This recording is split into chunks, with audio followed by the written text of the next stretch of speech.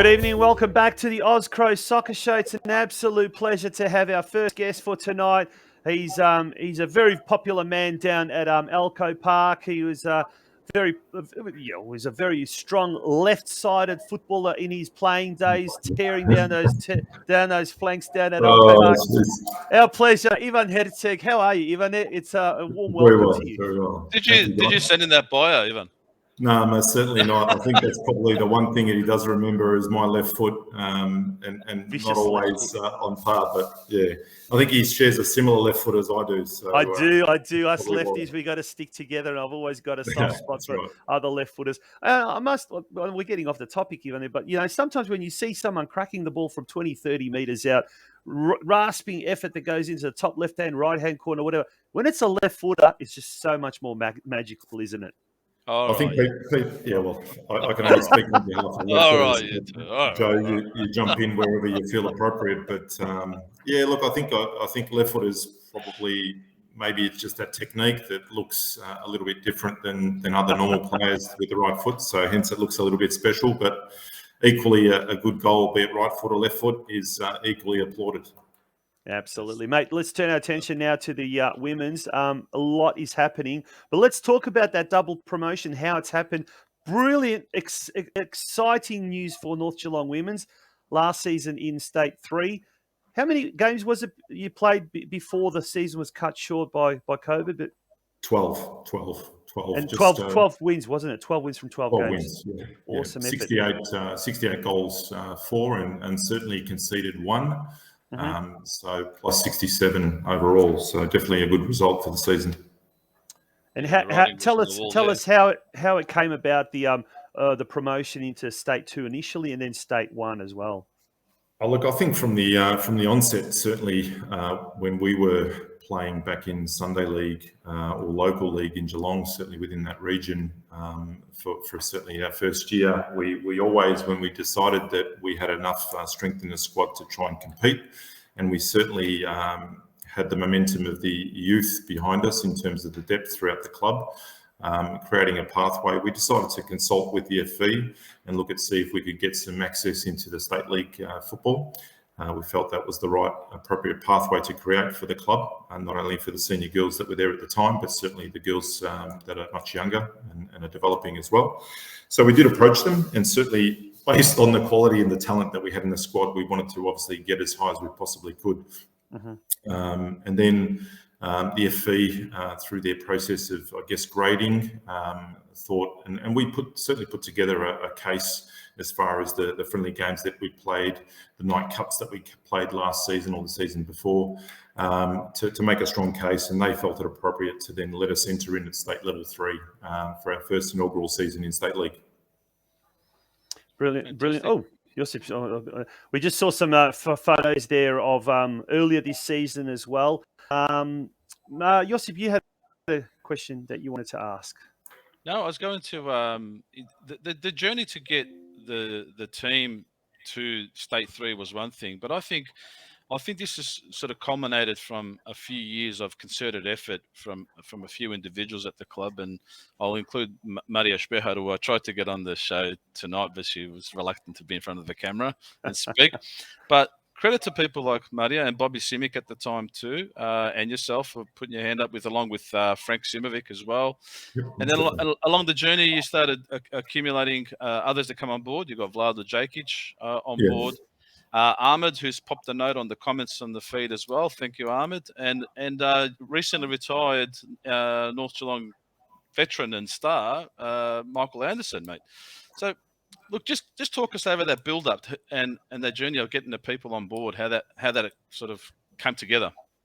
I guess it initially originated from, I guess, coaching females at a junior level from myself and also Frank Simovic in the initial days. And certainly Vlado came along during the latter years of our stints within the youth structure at North Geelong. And all of these junior girls certainly had been playing local level for a significant amount of time, from when they were, under 7s right up until, I guess, under 15s, under 14s, that sort of age bracket. The big change, certainly from the youth level, was acceptance to get an under-16 squad playing in Metro Melbourne of which was an amazing, I guess, an achievement for a youth team that had always competed in the local league. And that's where, I guess, Frank Simovic came forward with Lardo and spearheaded that coaching staff for that inaugural season for the youth within Metro Melbourne. And they had an outstanding year, in fact, unbeaten across all competitions, stand out and out leader at the top ends of the competition. So that probably was the foundation for a long number of years. And certainly for a long time, North Geelong had participation at senior women's, be it in Geelong, either at State League, as high as State League 1. But in the latter years, it was really at local league that we really brought around, I would say probably about 4 years ago, as recent as 4 years ago when we really started. Again, we participated in that competition. We came pretty close. I think we got runners up ultimately behind Rangers, who was a really strong standout in our first local hit out. And that really set the foundation, given the players that we had and the quality that was coming to the club, for us to look higher. And then progressively acceptance into State 3, a standout season in the first season at State 3, and then ultimately looking to push as high as we can. We were lucky enough, given that through COVID there was no real official promotion or relegation, certainly no relegation, but no official promotion, automatic at least. And so given the results, unbeaten, as I mentioned earlier, with that goal difference, clearly looking to try and accelerate into State 2. We did get that notification, luckily enough, that we were accepted into State 2.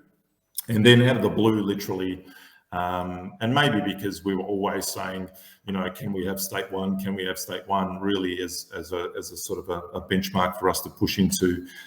We were fortunate through the workings of our lovely behind the works Maria Spehar, who's been a real leader certainly at the board level for this club.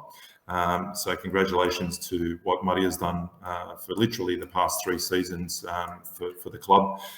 We were lucky enough to be invited to participate in State 1, which was an amazing achievement. Yeah, great stuff. Yeah, now, Ivan, there seems to be a lot of stability, not just with the coaching side of things, but the administrative side of things when it comes to women's football at North Geelong Warriors.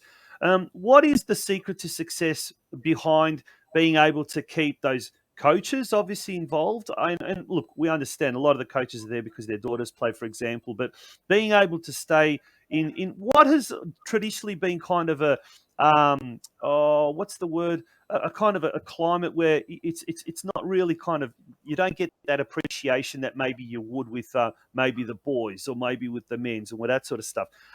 But it's changing. Things are changing. And North Geelong is testament that administratively and coaching-wise and player-wise, people are staying involved with that side of the club. What's the secret to North's success?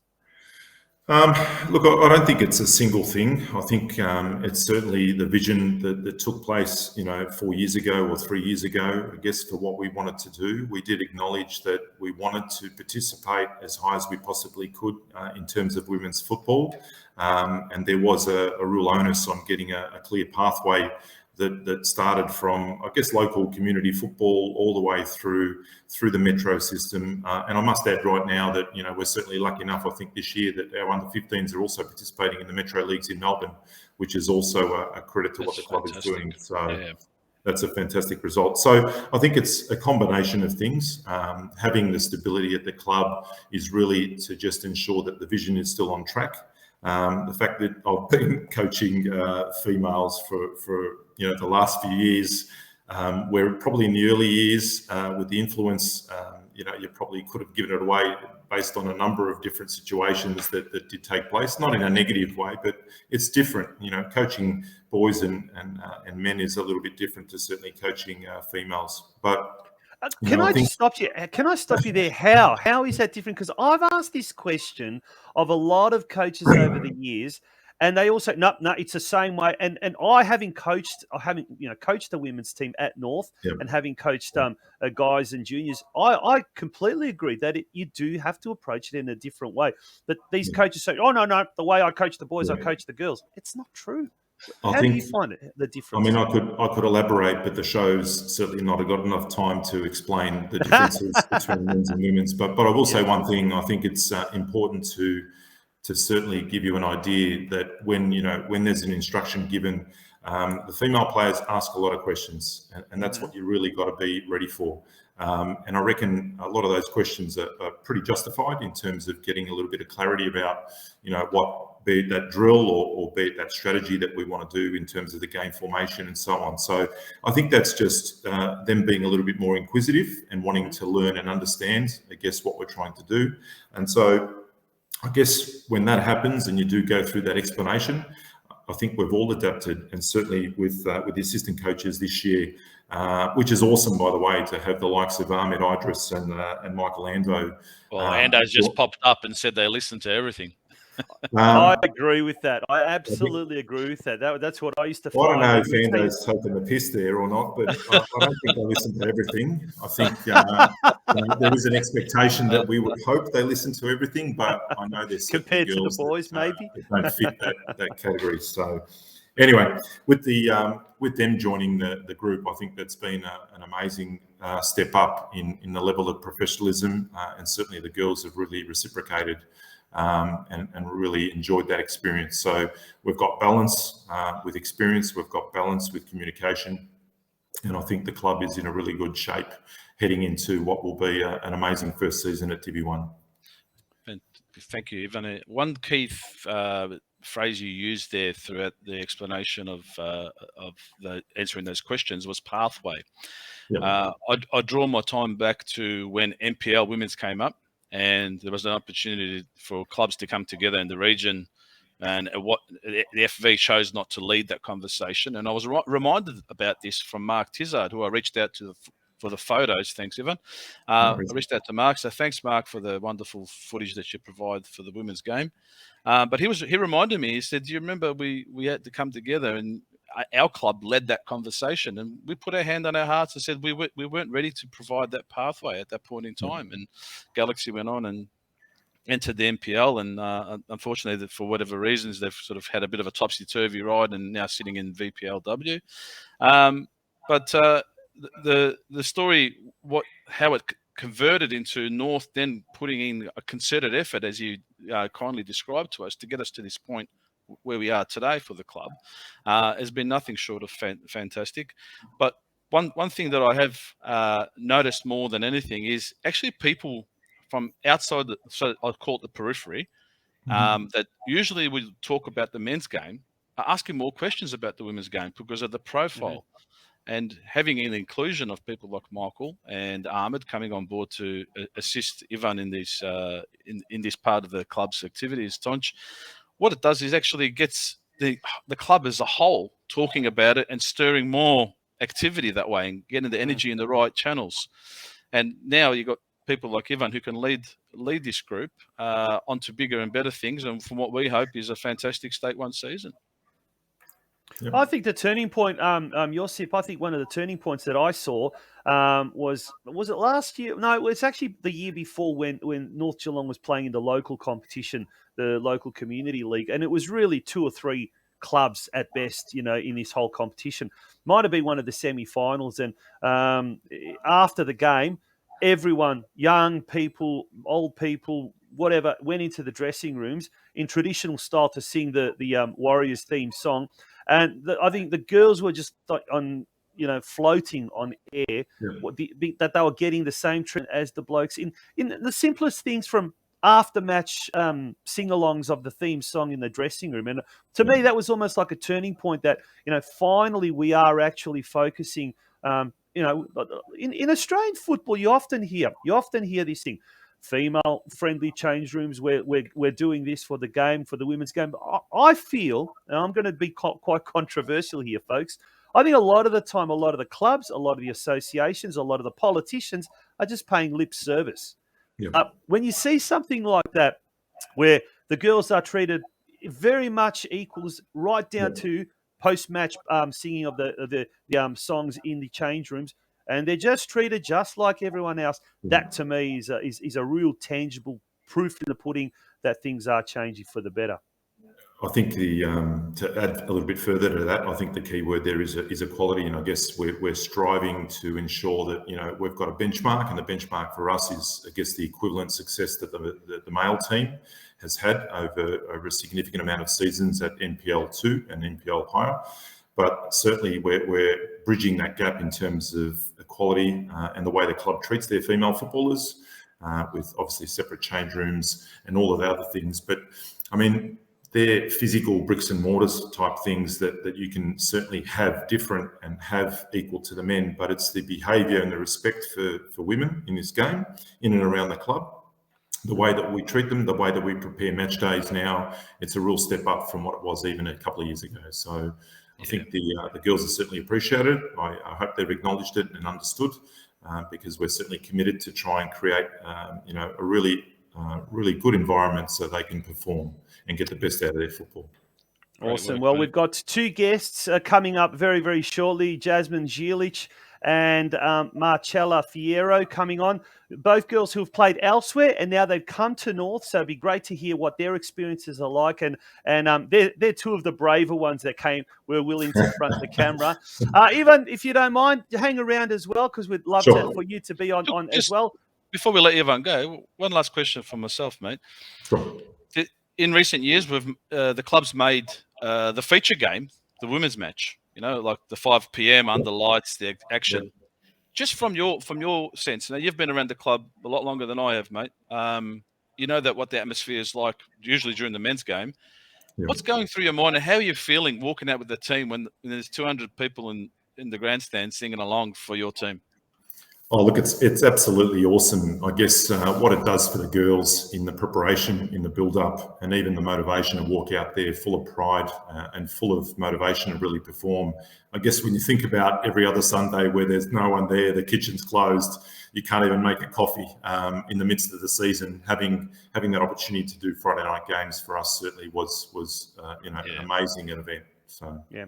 All right, guys, don't go away. Stay around. We're going to bring Jasmine and Marcella on very shortly, but a couple of words from our sponsors before we do that. Don't go away.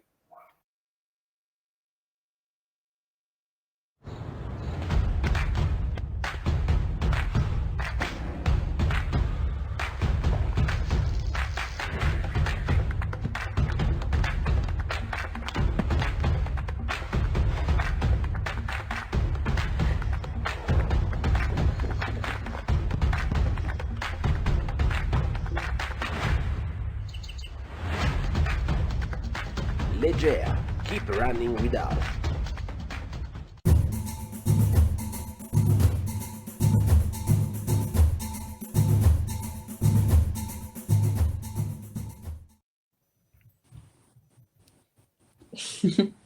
Welcome back to the Oz Cro Soccer Show, and joining us just previously is head coach of the women's team, Ivan Herceg, and now kindly joining him, two of the women's team players in Marcella Fierro and my daughter. I'm calling out the conflict of interest here.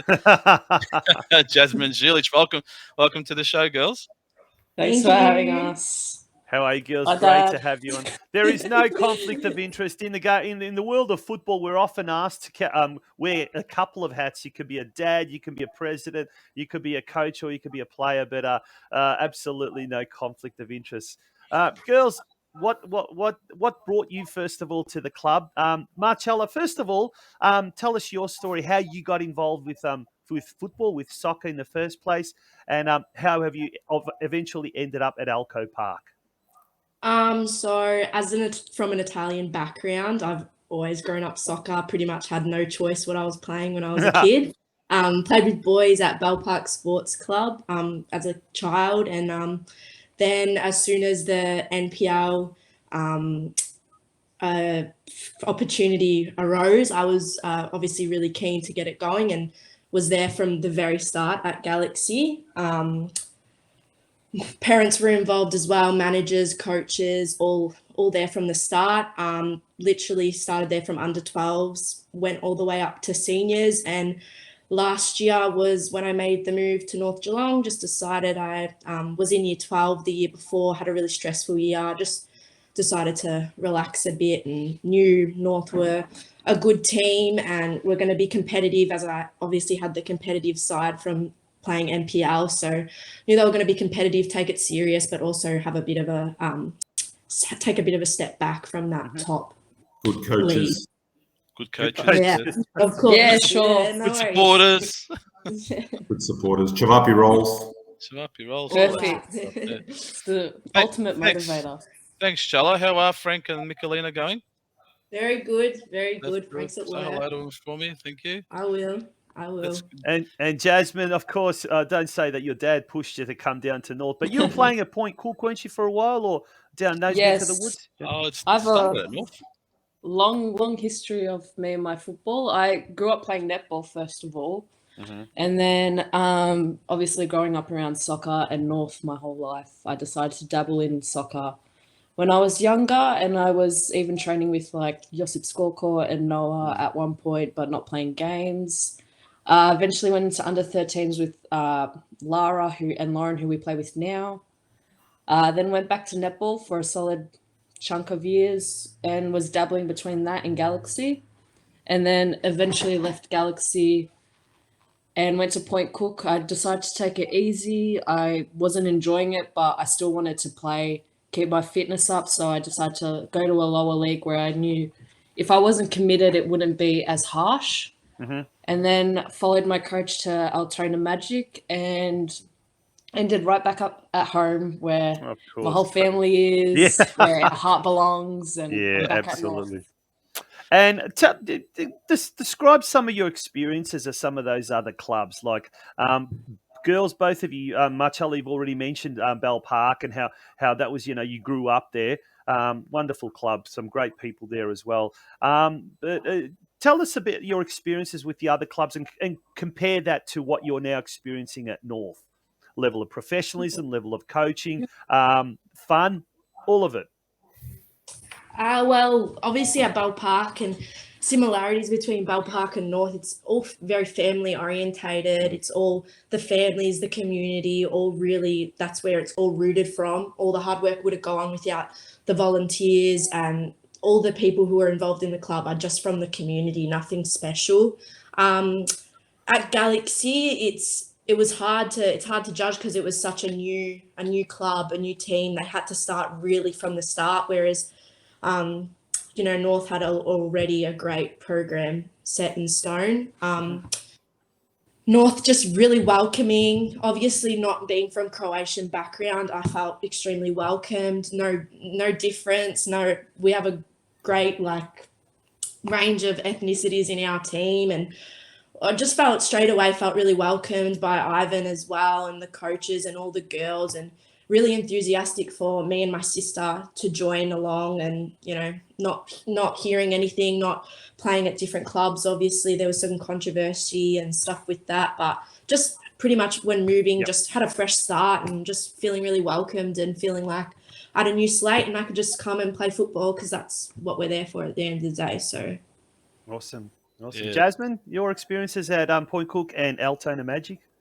Point Cook was very different. I knew nobody there. I mean, my brother and my cousin had played in the men's team, but I had known no one. I was just give it a fresh start, quite like Charlie did with North, but still, regardless, I fit in, even though it was State 4, like one of the lower leagues. It was, everyone wanted to be there. Everyone was welcoming.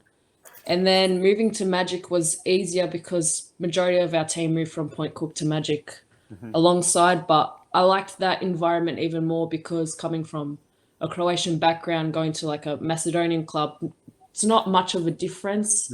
It's good to be enriched in a different culture every now and then. They were very welcoming, very hospitable to our women's team, even though we were only like a State 3 team. They still treated us as if we were like the men's. We had the same facilities and everything, got fed on team nights and everything, but I'd say nothing can beat North. Yeah, of course. You've both started playing at a young age and got to experience it both visually through family and then actually participating yourselves. Now playing at a senior level and a pretty high level, being State 1, do you at this age yet reflect on how it's all changed behind you now? because when you were pioneers setting out, there wouldn't have been a lot of younger age groups under you. But now that you're at the senior level, do you reflect now and think, wow, how much has it changed just in your short time playing the game? Yeah, 100%. Like, as I said, when I started, there wasn't even a girls' team. I was playing with all under 9s or under 11s boys. So, and I always felt out of place, obviously, because girls were always seen as they should play netball or tennis or something, or even basketball. It was never soccer. And it's good to see the growth and how many girls are now starting from a young age. And North have a great female program starting from under 9s all the way to seniors now. Took a while to get back to how we were, but I mean, it's great to see how much, you know, like even my younger cousins are involved in the club, but like back then we had nothing. It was like it was training only for me at the age of 9. So I remember even it's really great now that, like, for obviously our senior team is really good, like role models, I guess, for all the younger girls coming up. I remember even being under 12s and looking at the senior girls like, oh my gosh, and this was years and years ago, like, oh my gosh, I want to be like them. So it's good that there's so many younger girls now that can really feed off and look towards us. I remember even watching like who we play with now, Ivan Herceg. I still love watching her. Amazing player, and even better to play alongside now. So, So when you see the level of coaching quality and the depth of coaching around you, and you mentioned Danka, you got Danka and you got Louisa, who both coach young girls as well. Louisa Cook, amazing with kids. I've seen her in action with some of the younger girls. Do yourselves and your peers at your similar age, does the conversation come up about getting involved and maybe picking up an under-7s MiniRoos team? Men's definitely come about every now and then. Whether we actually take action is another story. But, I mean, it wouldn't hurt to even every now and then ask to join in with either Dunk or Louisa's team, just say, do you want a bit of help? Like, I remember at Magic, we used to help out with the younger girls as well. It was always good to be exposed to that because we were once where they were. You can go and help your uncle out with the girls. Yeah, whatever. The girls volunteered to help at the Festa the other week, so I'm sure all the girls are keen to get involved when the opportunity arises. They'd jump right on it. Yeah. Ivan, a question. Sorry, Tosh, I was just going to follow that on quickly. I was thinking the same thing. Maybe we were. Ivan, now that you're hearing that and seeing it, and you're experiencing it week to week, right? You think back to the days when you and I were coaching MiniRoos nearly 20 years ago, right? And the boys, and you look at what's around you now and what the club has built culturally. Yeah. Does it inspire you to keep going or what? Look, I think it does. And I mean, ongoing success certainly does create an inspiration and create a motivation to keep going. Because again, you know, you see them develop and you see success through, the end of the season as the positions that you get and the wins that you make. And it's really the smiles on the girls' faces and how they enjoy that environment. And that's probably the thing that drives you wanting to continue on. So again, we'll see. It's still a long road ahead. It still is a big season for our first time. So we'll see 3 quarters down through the season how we're faring and whether or not. Do we know when fixtures are coming out, or do we know when the season actually starts? Season start is, I think, April 24, and certainly fixtures haven't come out, but they shouldn't be too far away. But that's probably typical. FB, I won't say typical of FB. Pretty disappointing. The men's get their fixture months before their season starts, but the women's have to wait. Now we're getting close to a month after the season starts. I have to clear out my social calendar. But anyway, I mean, there is certainly the season, as I said, starts on April 24, and we should be seeing the fixture being released shortly. The interesting thing for us this season is also coming up against one of a familiar face in Spiranovic, Laura in particular, that's probably going to will be playing for Moreland Zebras.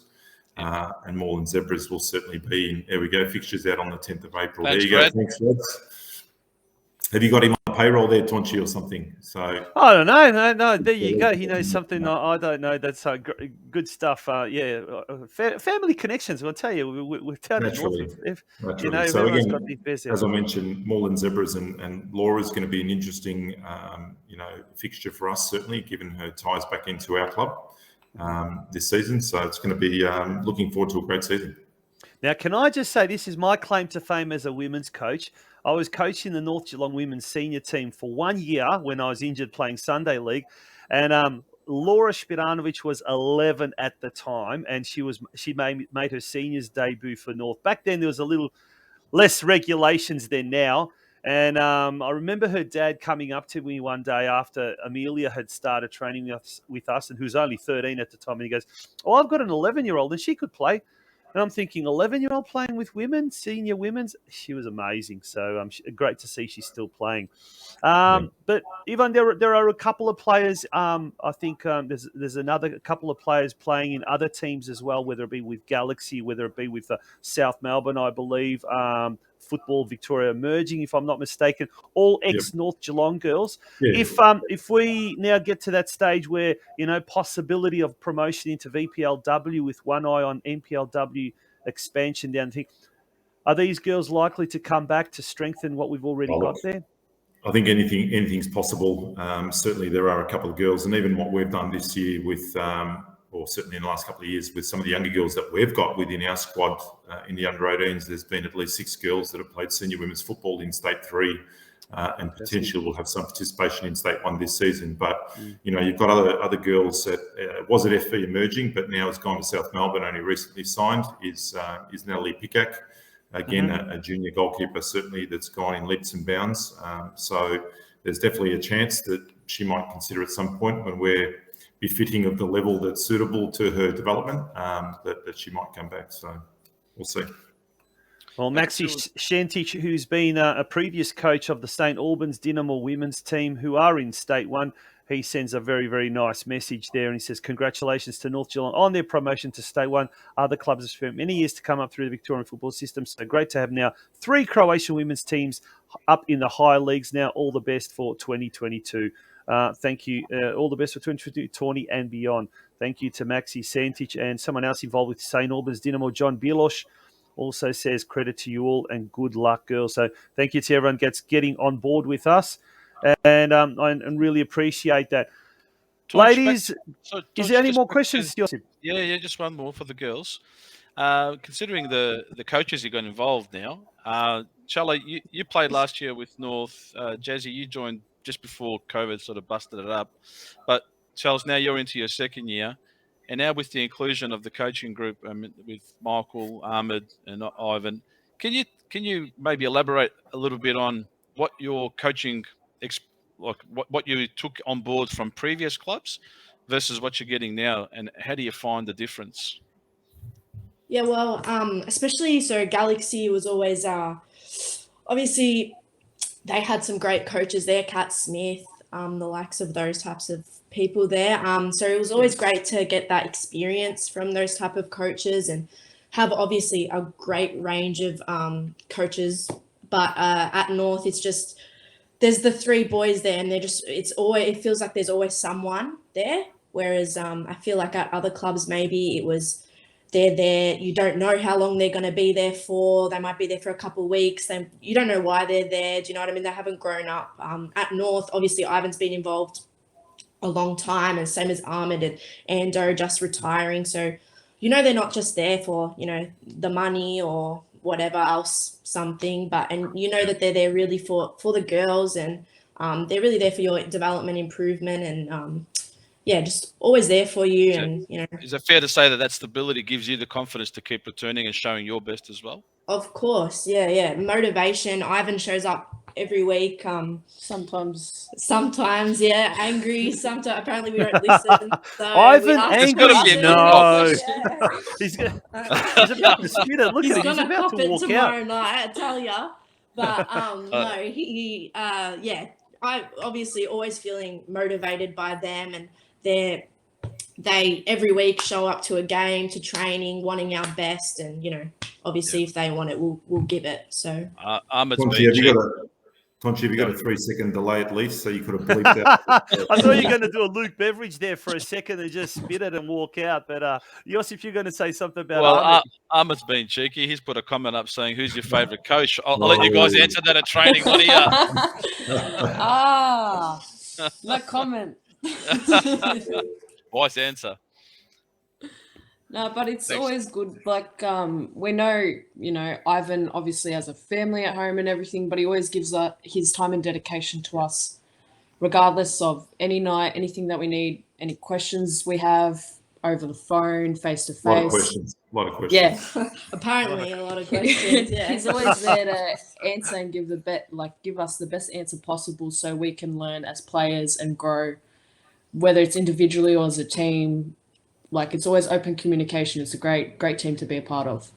Girls, we talk about the coaches. What about the players? Marcella, first of all, to you, who do you find real inspiration playing alongside? Could be a younger player, could be an older player, but who really gets you all pumped and inspired? Well, coming to the club, Danka, like Jazz was saying before, heard of her, watched her play before. Yep. She's seriously, me and Jazz, one of our favorite players. We love going to training. She's always so positive, so smile, radiates the best energy. Such a great captain, such a great teammate. She's honestly the most inspiring girl in our team, and obviously my sister plays, so it's nice playing with my sister as well. When we get on the same side, when Ivan puts us on the same side, it's nice. When she does something wrong, I do something wrong, we can yell at each other. What's your sister's name? Give her a shout out. Emanuela. We know, but I'm sure the viewers out there don't. AKA Weller. AKA Weller and Challa, yeah. I commentated a lot of games for Geelong Galaxy, just freelancing, and Emanuela used to play there in the defence, and they tough as they come. She was absolutely ruthless in that defensive line. So she was great to watch. Jasmine, what about yourself? I don't know. Dee is an amazing player. I've only recently, met her this year. Who's that? Her name's Dee. She's our centre back. She's played in NPR all her life, South Melbourne, Galaxy as well. Yep.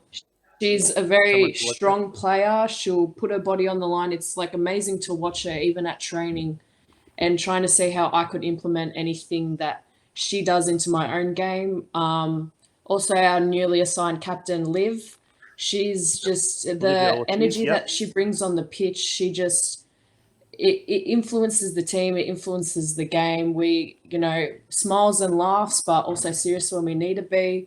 She sets the tone, gives us good motivation, positive feedback, anything that we need to fix. And, she plays her game really well and always is controlled. So it's good to watch her and play alongside her as well. She plays in front of me, but alongside her.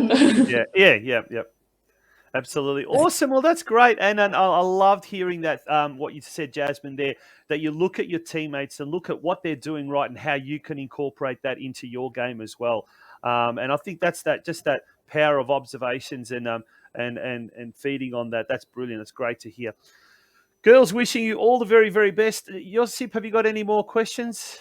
No, get to bed, Jasmine. That's a command. That's not a question. Yeah, whatever. Girls, we need that 3-second delay. Thank you very much for joining us on the Oz Cro Soccer Show. Wishing you absolutely all the very best for season 2022. And Ivan, heads are going to roll if we don't get promotion into VPLW for next year. The expectations. Inaugural season. All the very, very best. It is a huge jump from State 3 to State 1, but if anyone is capable of it, I'm sure it is you guys there. Well done, and thank you very much for joining us tonight.